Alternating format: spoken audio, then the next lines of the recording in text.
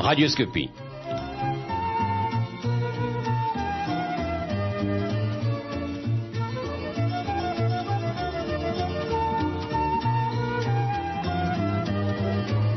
Radioscopie. Bertrand de Jouvenel. Jacques Chancel.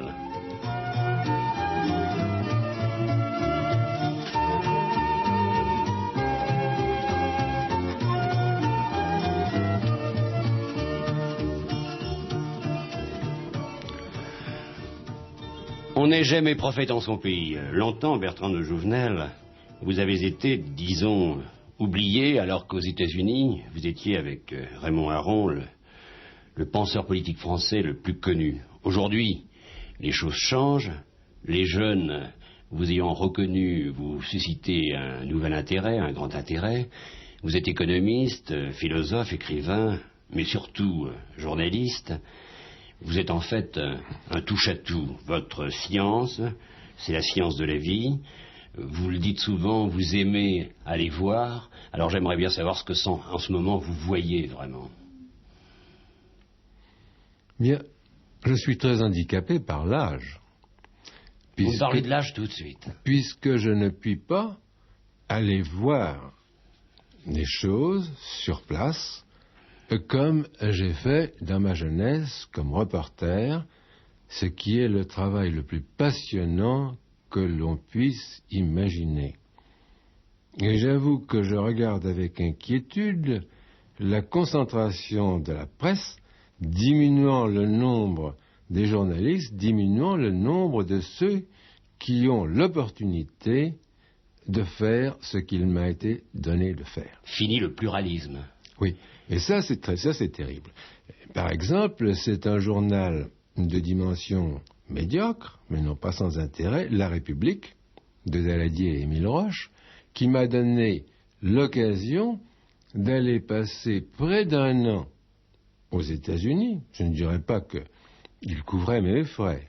Il fallait en outre que je gagne une bonne partie de ma vie sur place en exerçant différents métiers.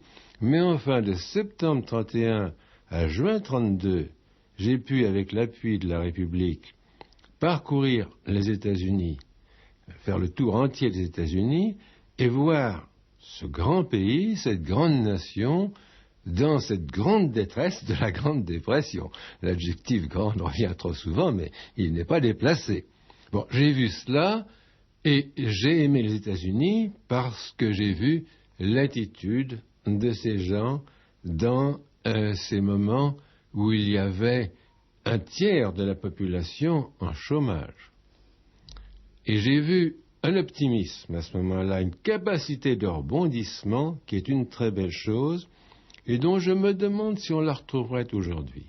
Parce que voyez-vous, à l'époque, il y avait cette croyance que l'on peut faire les choses, cet esprit d'entreprise, cet esprit de responsabilité qui était la force de l'Occident. Vous pensez qu'on l'a perdu aujourd'hui? Dont je me demande s'il n'est pas affaibli aujourd'hui.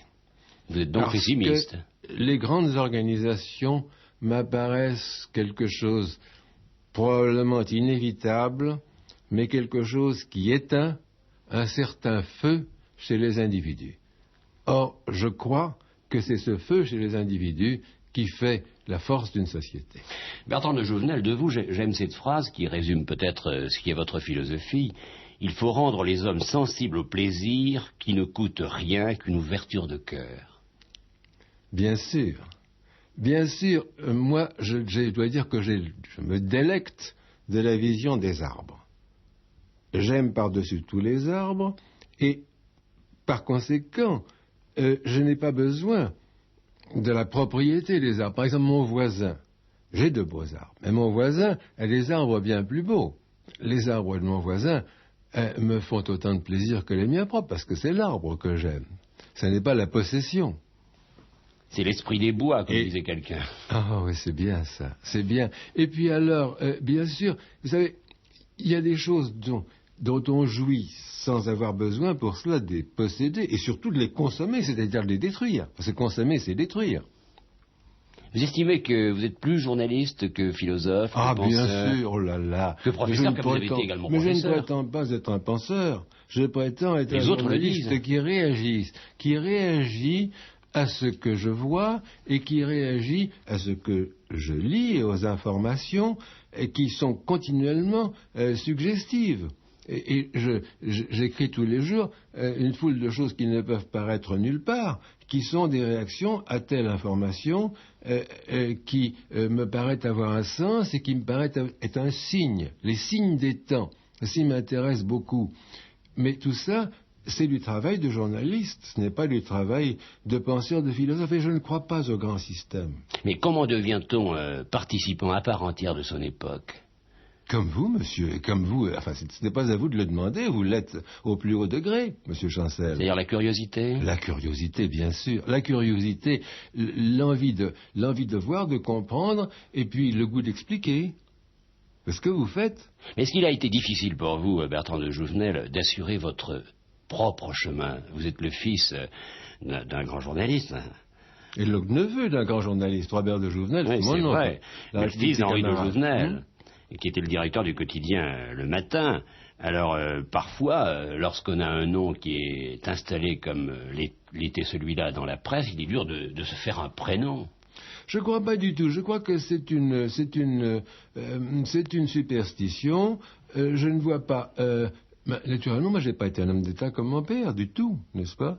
Et je n'ai pas eu l'idée de l'être. Je n'avais pas la dimension de mon père. Mais mon père, en 1922, je me souviens, j'avais 19 ans, m'a confié le soin de lui préparer une documentation économique. Il venait de devenir sénateur de la Corrèze, l'économie il ne connaissait pas très bien, il m'a demandé de lui faire des dossiers économiques. C'est probablement pour ça que je me suis intéressé à l'économie, et puis non, c'est surtout parce qu'en 1923, il m'a emmené à Londres avec lui, il était délégué de la France et des Nations, il avait comme interlocuteur Lord Robert Cecil, et il est allé le voir à Oxford, il m'a emmené, et là j'ai rencontré le chômage.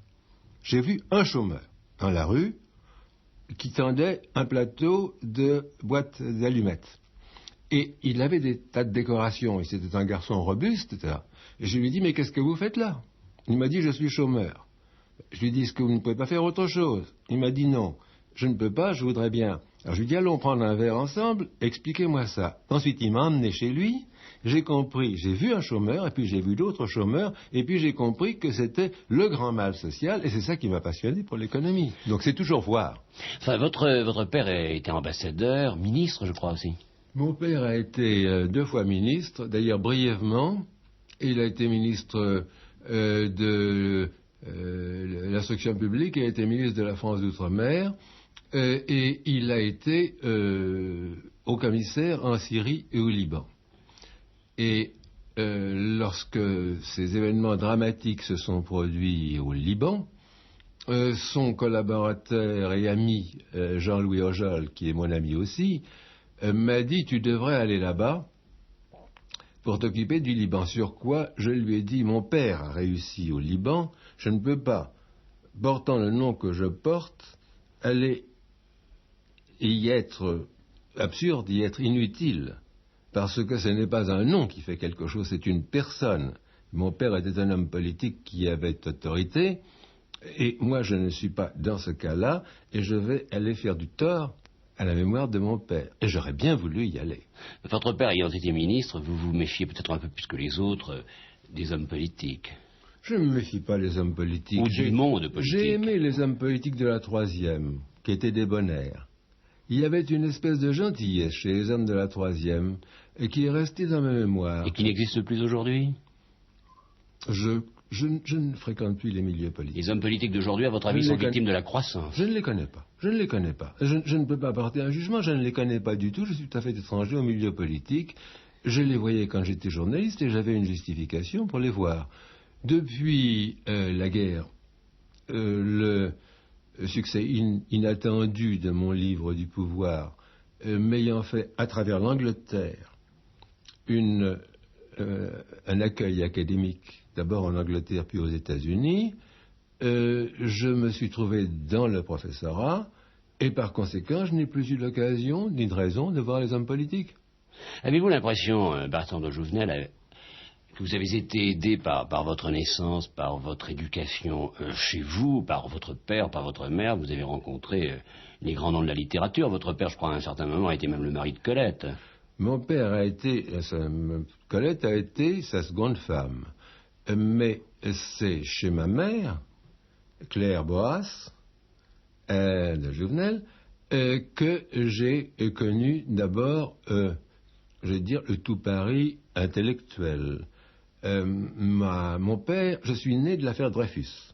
Mon père a fait campagne dreyfusarde, une campagne très ardente, très éloquente. C'était un merveilleux orateur. Il a fait cette campagne dreyfusarde. À cette campagne, il a frappé des auditeurs, parmi eux Alfred Boas, qui était un Israélite assez considérable, qu'il a ramené chez lui, et il a épousé la fille d'Alfred Boas. Je suis donc né de l'affaire Dreyfus. Et j'en suis fier.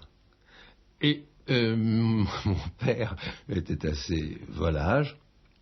Il n'est pas resté longtemps avec ma mère, laquelle, qui était une femme absolument remarquable, et qui a constitué un salon, ou a continué un salon, dont la destination, dans son esprit, était toujours de faire rencontrer à des gens importants, des gens qui méritaient qu'on s'occupât d'eux.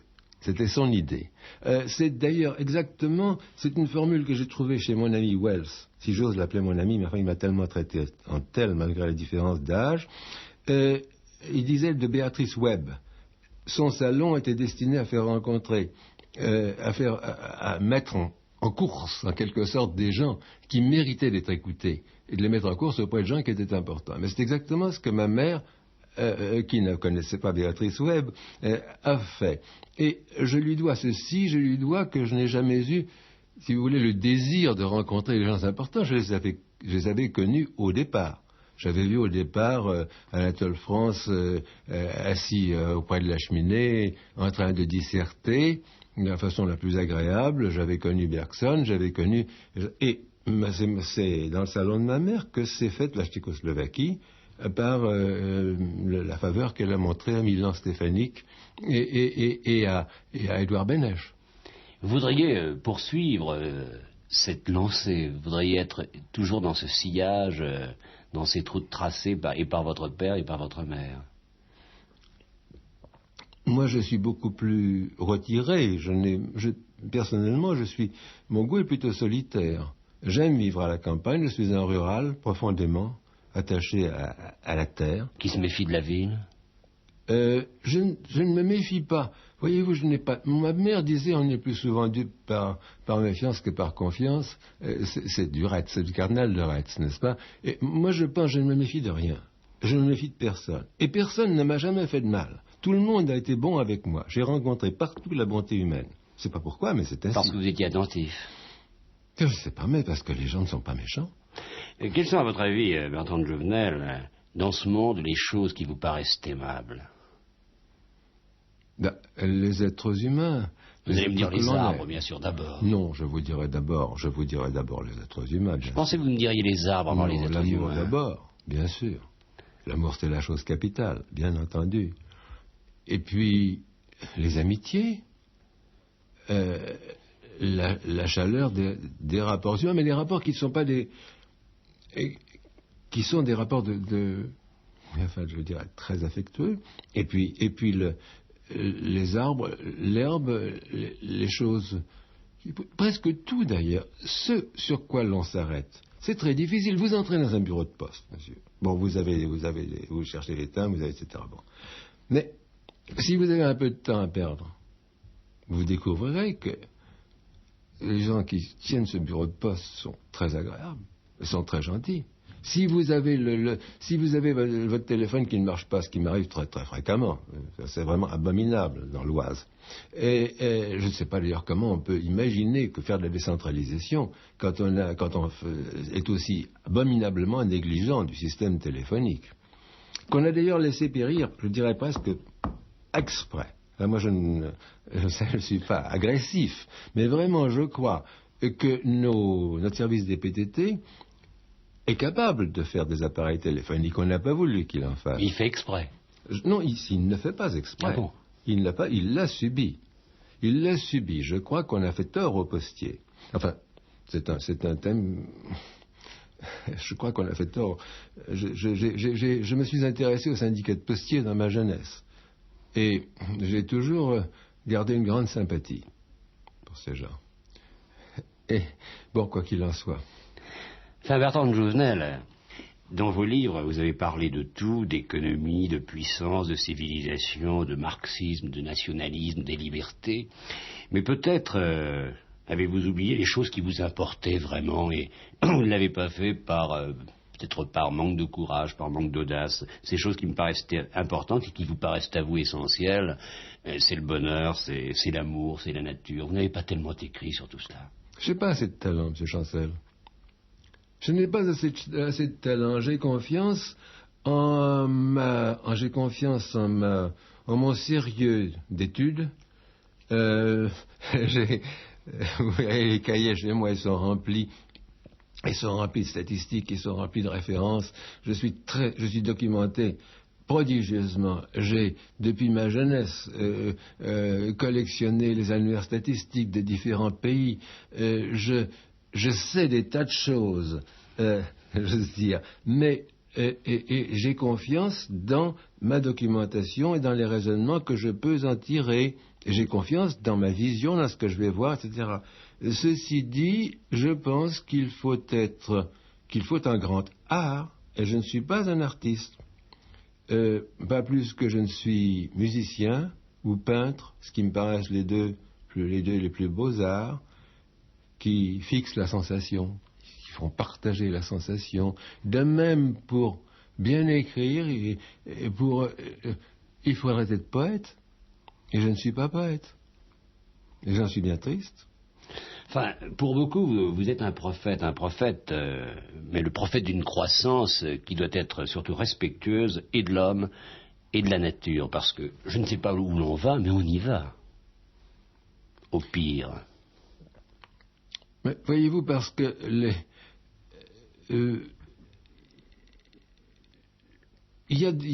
parce que nous sommes devenus des nomades. On nous a rendus des nomades. Et on piétine la terre. On nous a rendus des nomades. C'est extrêmement frappant. Je vous parlais tout à l'heure de statistiques. Les statistiques parlent. Je ne sais pas pourquoi, je lisais des statistiques sur les finances des assurances, des compagnies d'assurance américaines. Bon, c'est un petit peu, c'est pas très intéressant, c'est de la finance. Bon, eh bien, qu'est-ce qu'elles nous apprennent? Qu'est-ce qui me saute aux yeux? Il me saute aux yeux que les assurances portant sur les voitures étaient 6 fois le montant des assurances portant sur les maisons, les mobiliers, etc. C'est parlant, ça. C'est un signe, n'est-ce pas? C'est un signe de l'importance donnée au nomadisme, de l'importance donnée à la mobilité par rapport à l'importance donnée à ce qui est le siège de la vie. D'ailleurs, je crois que dans ce que vous dites, les loisirs sont en cause, parce qu'on finira par mieux considérer, d'ailleurs on considère mieux maintenant l'endroit où l'on va en vacances, c'est-à-dire l'endroit qui vous est étranger, que votre propre maison où vous êtes les 11 autres mois de l'année. C'est ça. Et alors, on arrive à faire des investissements sur les domiciles de vacances ou sur les lieux de vacances qui devraient être faits pour améliorer la vie quotidienne et pour améliorer... et alors vous avez ces paradoxes, que vous avez les vacances des enfants qui sont plus longues que les vacances des parents. Alors on ne sait pas que faire des enfants quand les parents doivent rentrer de vacances. Et les enfants n'ont pas... Ce qui m'apparaît essentiel, vous parliez de Colette tout à l'heure. Eh bien, dans la maison de Colette, il y a un passage dans lequel elle montre la mère, Sido, la regardant par la fenêtre. Elle, l'enfant, Colette quand elle était petite, enfin Gabrielle, ça c'était son prénom, regardant vers la lampe, c'était une lampe à huile, bien entendu en ce temps-là, et voyant la lampe à la fenêtre de sa mère, et rassurée par la vision de la lampe à la fenêtre de la maison, donnant sur le jardin. Bon, eh bien, ça, c'est l'image d'une prévenance maternelle et d'une liberté enfantine, l'enfant pouvant jouer librement dans le jardin, qui ne se combine pas avec nos modes de logement. Alors, que faut-il faire? Il faut changer d'abord notre vision, la reviser. Je crois que cela dépendra de ce que les gens aimeront, parce qu'en fin de compte, on fait ce que l'on aime. Il n'y a qu'une chose qui nous meut réellement. Vous savez, moi je ne crois pas tellement à ce que les hommes sont mus par l'intérêt. Je crois qu'on a mis... Il est certain qu'en écrivant au XIXe siècle, on écrivait un siècle très financier, enfin je veux dire. Mais je crois que la passion est un beaucoup plus grand moteur, un moteur d'ailleurs dangereux, combien dangereux, on le voit bien par les affaires du Liban, ou même par les affaires de l'Irlande du Nord, et par tant d'autres que nous verrons. Parce que je crois que nous n'avons pas fini de voir les déchaînements de passion. Vous pensez que nous n'en sommes qu'un commencement? Ah oui. Le Liban, l'Irlande, le Cambodge sont des commencements. Je le crains, je l'ai cru depuis longtemps. Je me souviens que j'en parlais à Raymond Aron, aussi tout à l'heure. Je lui disais, j'en parlais au début des années 60, je disais, j'ai l'impression que vers les années 72, tout ça va se gâter. Il va y avoir discontinuité. On va entrer dans une ère de trouble. Il me disait, mais pourquoi? Je lui disais, mais comme je ne peux pas expliquer pourquoi, je peux évidemment pas le dire. Je peux le dire à un ami que j'admire, comme vous, mais c'est tout, enfin. Mais réellement, je crains. Je crois qu'il y a un allumage de passion. Je crois que les gens ne peuvent... Une difficulté... Je ne sais pas pourquoi, il y a une dissociation des ethnies. Je me parlais de ça il y a des années. Regardez ce qui se passe à Notting Hill, en Angleterre. Ça me frappe beaucoup parce que Chesterton, qui était un très grand écrivain, avait écrit, publié en 1903, si je me souviens bien, un livre qui s'appelait Le Napoléon de Notting Hill. Et dans son livre, il y avait une révolte à Notting Hill, une révolte qui était contre le fait que l'on voulait faire sauter la petite place centrale de Notting Hill avec ses boutiques pour faire passer une grande voie. Et alors les habitants de Notting Hill se révoltaient et il y avait une guerre, et cette guerre il la gagnait, et il en sortait que tous les villages, tous les quartiers reprenaient une existence propre. C'est un livre très curieux qui avait été publié en 1903, il y a une traduction à la NRF, on n'en a plus jamais reparlé, et il est très actuel, je crois. Bon, alors là, vous aviez une passion de défendre l'être propre d'une région. Ce qui se passe en Corse à l'heure actuelle. Comment ne pas comprendre ce qui se passe en Corse? Moi, je pense que l'avoir gardé ce Simeoni en prison, c'est une démence. Enfin, ne me demandez pas mes opinions politiques. Quelles sont vos opinions politiques? Oh, elles sont... Enfin, moi, j'ai voté Mitterrand. Vous dites cela comme si ça ne faisait pas partie du rôle de votre famille. C'est-à-dire comment, du rôle de ma famille? Pourquoi? Est-ce que c'est dans la tradition de votre famille de voter à gauche? La tradition de ma famille, mon père était contre le régime des partis. Mon père était contre les partis. Moi, je ne suis pas un homme de parti. J'ai été membre du Parti radical, et puis j'ai fait un écart où j'étais membre du PPF, très brièvement, parce que quand il a viré à droite, je ne l'ai plus été. Mais je ne suis pas un homme de parti, je ne me sens pas... Je suis très individualiste. Enfin, vous êtes baron de Jouvenel, est-ce que vous tenez à cette couronne? À la vérité, je pense que ce sont des choses qu'il faut toujours tenir en conserve, parce qu'il y a toujours quelqu'un qui peut s'y plaire, n'est-ce pas? Mon père ne portait pas ce titre, je ne le porte pas non plus. Et vous savez, il faut bien dire, les titres, n'est-ce pas? C'est au fond la même chose que si un préfet, le fils d'un préfet s'appelait préfet aujourd'hui. Tous les titres ont été des titres de fonction, et ils ne devraient pas être transmissibles. En Angleterre, ils ne le sont pas, n'est-ce pas? En Angleterre, ils ne le sont pas, ou alors ils le sont pour tout le monde. Il faut bien voir aussi ce que c'est qu'un titre de noblesse. Par exemple, les enfants de Paul Boncourt, qui était un homme remarquable, pour lequel j'ai une grande affection, c'est un grand ami de mon père. Les enfants de Paul Boncourt s'appellent un tel Paul Boncourt, avec un tiret, ce qui est très bien, parce qu'il perpétue le souvenir de quelqu'un, d'un grand homme, oui. Donc, ce sont des choses vraiment sans importance. Moi, je ne sais pas, ce à quoi j'attache une énorme importance, c'est à mes descendants. On ne peut pas être fier de ses ascendants, on ne les a pas faits. On peut être fier de ses descendants. Vous êtes même responsable. Je suis très fier de mon fils. Je suis très fier de mes enfants. Je trouve que ma fille formidable, etc. Bon, je suis très fier, j'ai 3 enfants, ils sont tous très bien. Et mon fils qui dirige Futurible, il fait quelque chose d'extraordinairement difficile. Il soulève, il arrive à trouver les ressources financières nécessaires. Vous savez, dans un pays où les administrations font des commandes, et puis ensuite il y a des ordonnancements et ça traîne pendant des mois et des années. Et comment faire vivre une entreprise qui fait des études? Très difficile. Bon, alors être fier de ses descendants, c'est important. Mais ces ascendants, non, on n'y est pour rien. Enfin, revenons à la vision qu'il faut avoir maintenant de la vie. Vous avez écrit La civilisation de puissance, et il est bien évident que cette vision ne peut pas être purement économique ou monétaire. Il faut quand même s'occuper un peu de l'homme, parce que l'homme, si on n'y prend pas garde, va finir par être seulement un pion sur l'échiquier mondial. Mais vous avez parfaitement raison, Monsieur Chancel. Et il est déjà... Mais l'homme est un...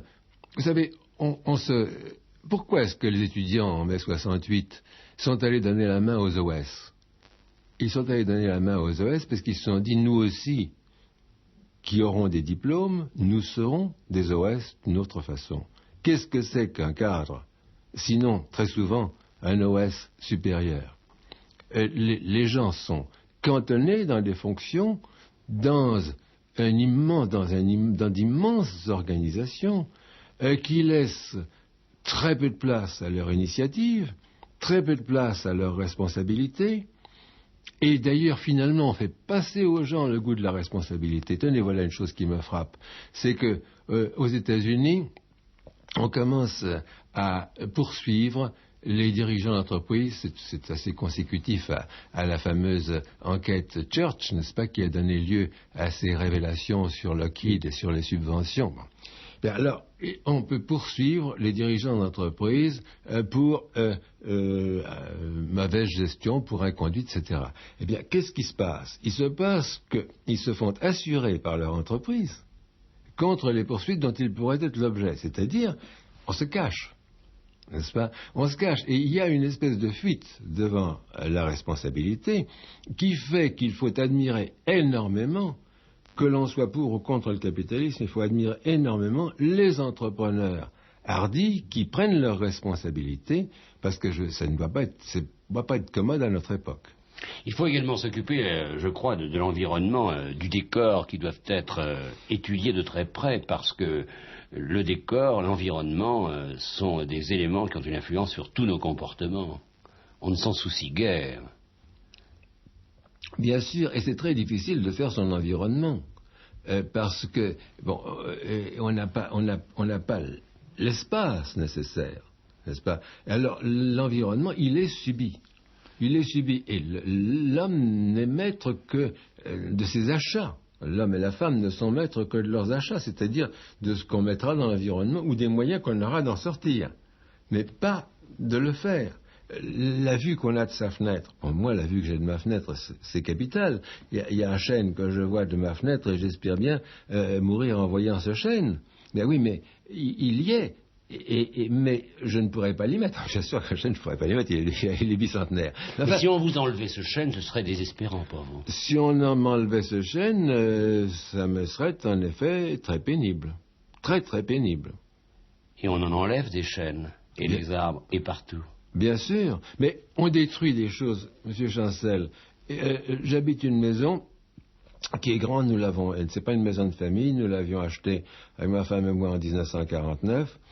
Il était avant pour rien du tout, étant donné que personne à ce moment-là ne voulait de grande maison, tandis qu'il n'y a pas de domestique et on ne pensait pas pouvoir les entretenir seuls. Ma femme était plus vaillante, bon, elle a eu cette maison. Eh bien, cette maison, mais nous, ce que nous voulions, c'était les arbres. On avait pris la maison pour les arbres. Bien, cette maison est assez belle.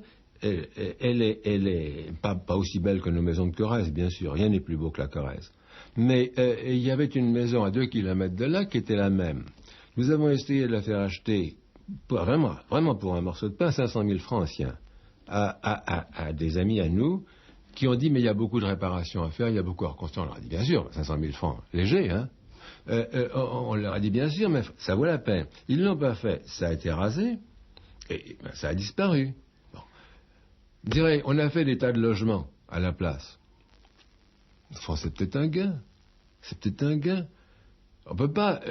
J'ai aussi, vous comprenez, il y a deux choses qui se battent toujours chez moi. C'est le goût de l'environnement, et puis c'est le sens social. Et des gens habitent là qui n'y habiteraient pas si cette grande maison n'avait pas été rasée. De même, on a voulu me faire dire, quelqu'un de très gentil, très sympathique, d'ailleurs, voulait me faire dire que c'est affreux que les plages soient envahies. Mais non, c'est très bien qu'il y ait des tas de petits-enfants qui fassent des pâtés. Vous voyez, il y a tout de même un conflit.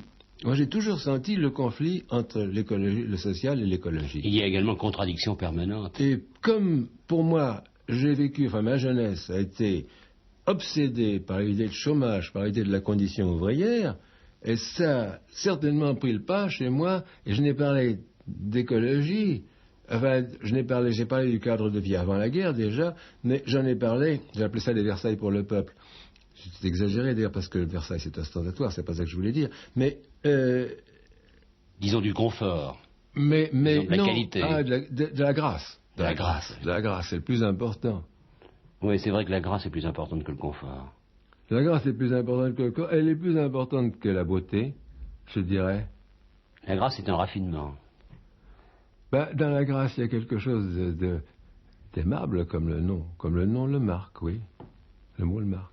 Mais la qualité de l'environnement est plus puissante que l'enseignement, parce que vous l'avez dit vous-même, l'environnement s'adresse à la sensibilité, alors que l'enseignement s'adresse seulement à l'intelligence. Et vous préférez la sensibilité à l'intelligence.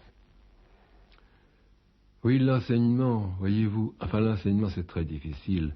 Moi, je n'ai enseigné que dans l'université, ce que je trouve pas important du tout. Pour moi, les enseignements importants sont les enseignements qui prennent les enfants très jeunes. L'enseignement maternel, capital.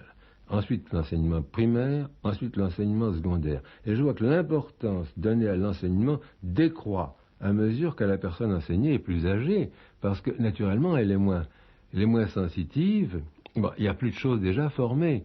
Et je trouve que si vous voulez, le règne, la domination de l'enseignement supérieur est contre la raison et le bon sens, qui serait que les meilleurs esprits s'attachent aux enfants petits.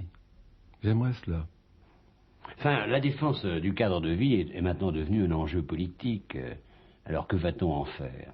Comment les choses vont-elles se passer? Tout à l'heure, vous me parliez des soubresauts qui pourraient venir, et j'avais l'impression, peut-être ai-je mal compris, que vous pouviez prévoir une guerre mondiale après ce qui se passe au Liban, en Irlande et ailleurs. Puisque vous étudiez le monde et la courbe du monde, vous devez savoir, vous devez pressentir.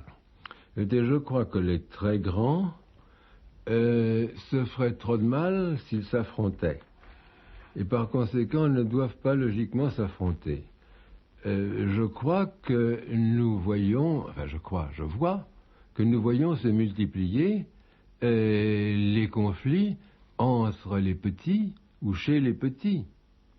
On se bat un petit peu partout. Et alors, ce qui m'effraie aussi, c'est la prolifération nucléaire, parce que je vois bien qu'entre grands pays, on ne se servira jamais de la bombe atomique, étant donné qu'on a trop à casser chez nous, tandis que des pays qui n'ont rien à perdre peuvent faire du chantage atomique un jour.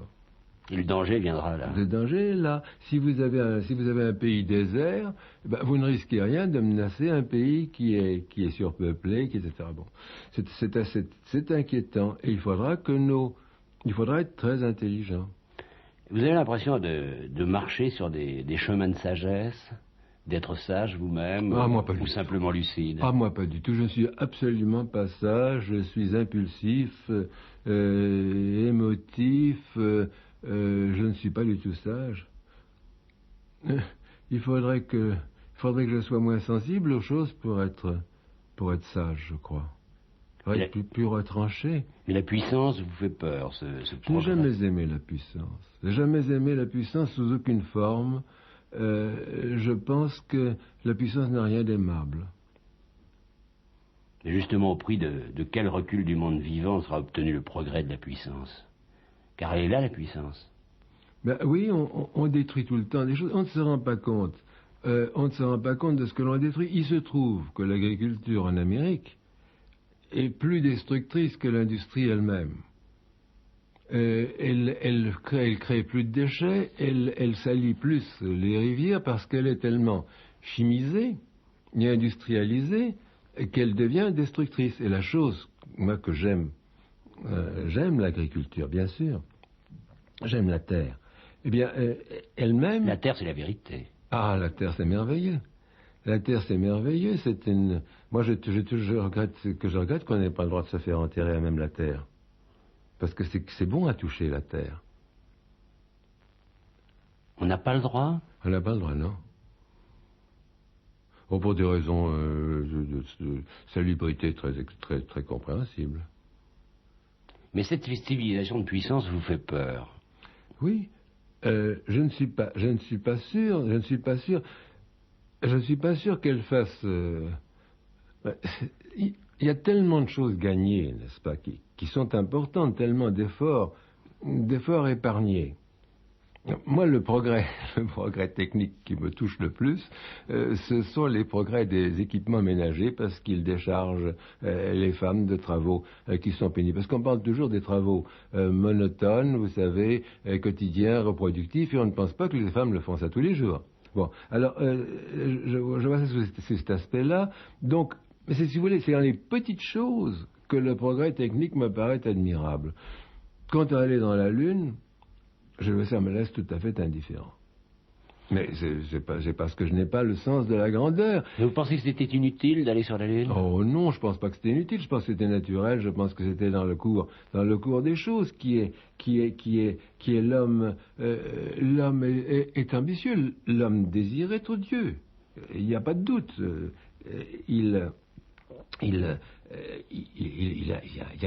C'est l'esprit de conquête de l'homme, l'esprit de conquête de l'usurpation, dirait Benjamin Constant. Nous avons créé un monde. Mais chaque homme est-il un petit dieu à sa manière? Non, mais l'homme avec un H majuscule est Dieu. Comment ne pas être fier de cette réalisation humaine qu'est le débarquement sur la Lune? Et en effet, je comprends qu'on le soit. Il se trouve que je ne partage pas cette émotion. Il se trouve que j'aime mieux que j'aime mieux une belle musique, mais à la vérité, je ne pourrais pas entendre Vivaldi que j'aime ou Pergolèse que j'aime s'il n'y avait pas Philips, sauf s'il n'y avait pas les disques, n'est-ce pas? S'il n'y avait pas les instruments qui me permettent de l'entendre. Nous parlions tout à l'heure, Bertrand de Jouvenel. Je crois que j'ai fait une gaffe, là. Hein. Pourquoi? Quelle gaffe? Que j'ai cité un nom. Non, qu'importe. Alors, de toute manière, vous avez tout fait partie de la vie. S'il fallait s'écouter à chaque moment, ça ne serait plus possible. Oui. On s'entendrait trop. Oui. En Bertrand de Jouvenel, on parlait tout à l'heure des hommes politiques, il y a un dénominateur commun chez eux, c'est le goût qu'ils ont du pouvoir sur les autres. Et vous avez d'ailleurs écrit sur le pouvoir. Vous le remarquez encore, vous avez rencontré les grands hommes d'État, vous avez rencontré Hitler, Churchill, De Gaulle, Mao, qui vient de mourir. Non, je n'ai pas rencontré. Vous n'avez pas rencontré Mao? Et je le regrette parce que Mao, c'est vraiment un personnage mythique, n'est-ce pas? C'est le chef de guerre, le fondateur d'État et le sage. C'est tout en un. Il est impossible à un homme de cumuler autant de gloire que Mao. Et je ne connais pas Mao, je ne vais pas aller en Chine. J'ai lu des choses de Mao, bien sûr, qui sont disponibles en français ou en anglais. Et j'ai beaucoup admiré ce qu'il dit de la pratique en particulier. Il y a un fameux article de lui sur la dialectique qui est important, et puis il y a un article sur la pratique, c'est-à-dire ce qu'on apprend par la pratique. Et ça, je le crois profondément. Parce que je crois que nous avons trop tendance à voir les choses par système. l'esprit, il y a une arrogance de l'esprit qui fait que nous voulons saisir toute la réalité avec un système bien bâti. Et dans ce système bien bâti, il n'y a pas place pour l'imprévu. Et il n'y a pas place pour l'invention. Et je crois que s'instruire par la pratique, s'instruire par la rencontre de la réalité, c'est très très important, et ça Mao l'a bien dit. Bon, parlant de cette civilisation de puissance, vous vous inquiétez, je parlais tout à l'heure de cette angoisse, et vous allez jusqu'à dire que si nous continuons ainsi, dans 2000 ans, l'espèce humaine sera finie. Faut-il aller aussi loin dans le pessimisme? Remarquez, dans 2000 ans, ça nous laisse quand même une certaine marge. Est-ce que j'ai dit ça? Parce que on vous l'a fait dire, en tout cas. Je me suis toujours défendu de le dire. Mais c'est une inquiétude que j'ai. Non, je crois que vous l'avez écrit. Je croyais ne l'avoir pas écrit, oui, c'est sorti malgré moi. J'ai une profonde inquiétude à ce sujet. Je crois que nous faisons des choses dont nous ne mesurons pas les conséquences. Nous sommes devenus capables de faire des choses qui peuvent nous détruire. Et nous ne savons pas ce que par exemple, un chimiste me disait qu'il y a 1 200 000 molécules. Il me disait, au moment où je vous parle, c'est sûrement déjà beaucoup plus. 1 200 000 molécules synthétiques qui ont été créées par les chimistes. On peut en créer des millions. Bien, nous ne pouvons pas essayer chacune de ces molécules à l'avance pour voir tous leurs effets. C'est impossible. Donc finalement, nous faisons tant de choses que nous ne savons pas les conséquences possibles de ce que nous faisons. Alors, si l'on poursuit ainsi dans cette ignorance de ce que nous faisons, il est très difficile d'imaginer qu'on ne poursuive pas. Parce que si nous ne poursuivons pas ici, on poursuivra ailleurs. Par conséquent, on peut se dire, qu'en adviendra-t-il ? Donc on ne peut pas faire autrement. Nous sommes en civilisation de puissance et on ne peut plus s'arrêter. C'est-à-dire que si vous vous arrêtez... L'élan est donné. Il y a un pays qui s'est arrêté, c'est l'Angleterre, pratiquement. Eh bien, en l'Angleterre, on considère ça comme une maladie. En réalité, c'est un arrêt. Voyez, vous prenez les statistiques, vous voyez dans les statistiques que le revenu par tête au Japon est maintenant 72 contre 52, enfin, 72 contre 52, je fais le calcul pas immédiatement, supérieur au revenu individuel anglais. Bon, vous allez au Japon, vous allez en Angleterre, en Angleterre, vous voyez un mode de vie incomparablement plus agréable qu'au Japon, où pour gagner cela, les Japonais vivant à 50 km de Tokyo, doivent s'empiler dans des métros, débarquer où ils sont pressés, débarquer à Tokyo, aller au travail, revenir à cette maison, à ce domicile qui ne répond plus à leurs vœux, parce que les Japonais, c'est des gens qui avaient des choses merveilleuses. Ils avaient chacun une maison sans étage, avec un jardin immédiatement attenant, 2 rectangles, si vous voulez, qui se tenaient, et ils avaient la vue, depuis leur maison, sur leur jardin. Cette maison était petite parce qu'ils avaient des tatamis qui se déroulent et qui s'enroulent, pas de lit tenant de la place, pas de chaise tenant de la place, une vie très intelligemment arrangée. Tout ça est changé, tout ça est bouleversé, ils achètent, mais ils vivent beaucoup plus mal qu'ils ne faisaient quand ils n'avaient pas ce pouvoir d'achat. Et alors, on nous dit, sur la foi des statistiques, le Japon est à un niveau de vie supérieur à celui de l'Angleterre. Ce n'est pas ainsi, parce qu'il y a dans l'Angleterre une richesse de la terre, une richesse des lieux, un agrément des lieux qu'il n'y a pas plus au Japon. Mais Bertrand de Jouvenel, vous avez beaucoup voyagé à travers le monde, vous pourriez vivre ailleurs qu'en France? Bien sûr, je pourrais vivre ailleurs qu'en France. J'aime la France. Vous comprenez, je n'ai pas quitté la France pendant l'occupation. Moi, je voulais aller en Angleterre en 40. Ma femme m'a dit non, nous sommes français, il faut rester en France aussi longtemps qu'on le peut. Et nous sommes restés en France. J'ai passé la frontière en septembre 1943 après quelques mésaventures avec l'Abwehr, ça c'est pas intéressant. Mais voilà, je suis français. Je dois tout à la France. Je ne peux pas imaginer. Je ne peux pas imaginer. On m'a proposé aux États-Unis des choses très, très aimables. Mais je suis français.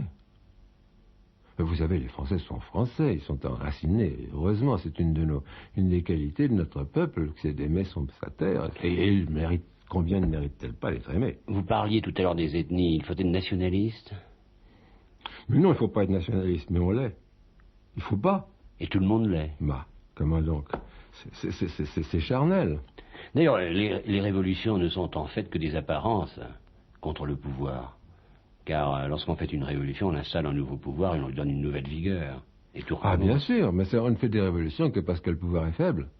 Et qu'il faut instinctivement, un peuple fait une révolution. Vous comprenez, fait une révolution contre Louis XVI, que le despote. Bon, non, mais c'est parce que le despote était mou. C'est pour ça qu'on a fait une révolution contre lui. Mais Napoléon, c'était quelqu'un.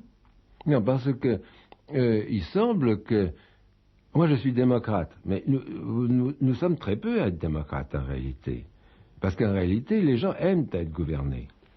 Bertrand de Jouvenel, vous pourriez être à la fois démocrate, libéral, socialiste, vous m'avez dit tout à l'heure, vous êtes pour Mitterrand, et royaliste. Royaliste, en quel sens j'ai beaucoup de considération pour le comte de Paris. Personnellement, je l'ai connu par une interview. Le temps que je faisais les interviews. J'ai fait une interview du comte de Paris, qui est un jeune homme charmant, avec la comtesse de Paris, qui est une jeune femme charmante. Et j'ai conçu beaucoup de sympathie pour eux. Je crois qu'il aurait fait un excellent président de la République. Vous l'auriez souhaité? C'était peu vraisemblable. C'était peu vraisemblable. Il y a quelqu'un que j'ai vivement souhaité comme président de la République. C'était celui qui était président du Sénat, à un moment donné. Alain Poher? Non, pas du tout. Pas du tout. Celui qui était président du Sénat et qui était de couleur noire. Et j'avais pensé que la quatrième Gaston Monnerville. Gaston Monnerville, qui était un homme très respectable, très intelligent. J'ai très vivement souhaité avoir Gaston Monnerville comme président de la République, à cause de ses qualités personnelles, parce que c'était normal que le président du Sénat devienne président de la République, et parce que je pensais que la République de 84 millions d'habitants, qui est énoncée dans la Constitution de la 4e, se devait d'être une République non raciste. Et je pense que moi j'ai cru ça, j'ai voulu ça, j'ai milité pour aussi faiblement mais enfin j'ai cru parce que c'était pas nécessaire de défaire cette France, cette vaste France. J'ai été très lié avec Ferret Abbas. Et Ferret Abbas voulait être français. Mais on ne pouvait pas garder comme France des gens à qui, moi je me souviens, une chose qui m'a bouleversé. J'étais en Afrique du Nord, je viens de Tunisie, j'avais milité pour Bourguiba, un homme extrêmement sympathique.